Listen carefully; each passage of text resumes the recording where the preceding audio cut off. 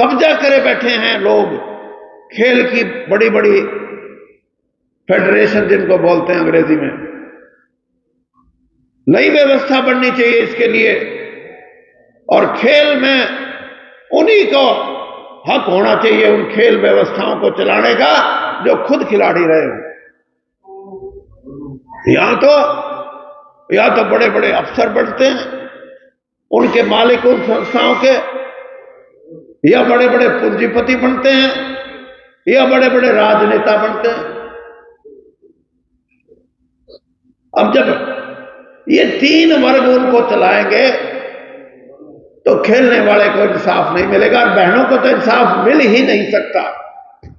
इसीलिए मैं कहता हूं कि इन चीजों पे व्यवस्था परिवर्तन की जरूरत है, इसमें सोचने की जरूरत है। जो राज करता है उसकी चेतना होनी चाहिए इन बातों के लिए। और इसीलिए प्रजातंत्र में मेरा अपना ये मानना है। मैं आज आपके बीच में कह के जा रहा हूं, मैं एहसान मानता हूं मेरे साथियों का और सोनीपत के लोगों का, जिन्होंने इसकी शुरुआत की जींद में आके। आप अगर 5-4 लाख आदमी भी ये मन बना लें कि ये जो बड़ी बड़ी चीजें हैं जो राजनीति से ऊपर उठ के गरीबों के लिए हैं, किसान के लिए हैं, बहनों के लिए हैं, महिलाओं के लिए हैं, नौजवानों के लिए हैं, 5-4 लाख आदमी भी,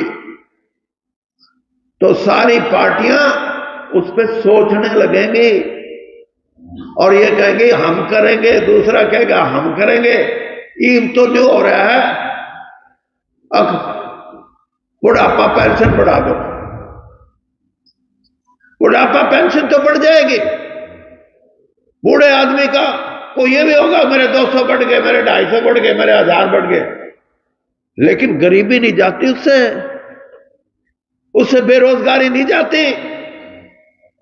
लेकिन राजनीतिक लोग यही कहते हैं, अब की बार हमारे को दे दो, हम देखियो इतने पद आ जाएंगे, हम बेरोजगारों को भत्ता देंगे, पहले इतना मिलता था अब इतना मिलेगा। ये समस्याओं का हल नहीं है। इसलिए ताकत, मैं अब ये नहीं कह रहा कि आप 5 लाख 4 लाख की रैली करो, मैं ये कह रहा कि 5-4 लाख आदमियों के जबान से ये शब्द उठने लगे कि राजनीति से ऊपर उठ के जो सोच है इस देश की अर्थव्यवस्था की, इस देश की राजनीतिक व्यवस्था की, इस देश की सामाजिक व्यवस्था की, वो सोच बदले और नए सिरे से उन समस्याओं का निदान हो, समाधान हो। तो हमारा इतना बड़ा मुल्क है, 140 करोड़ लोग, इस दुनिया की 16% आबादी हमारे देश की है। हम अगर निश्चय कर लें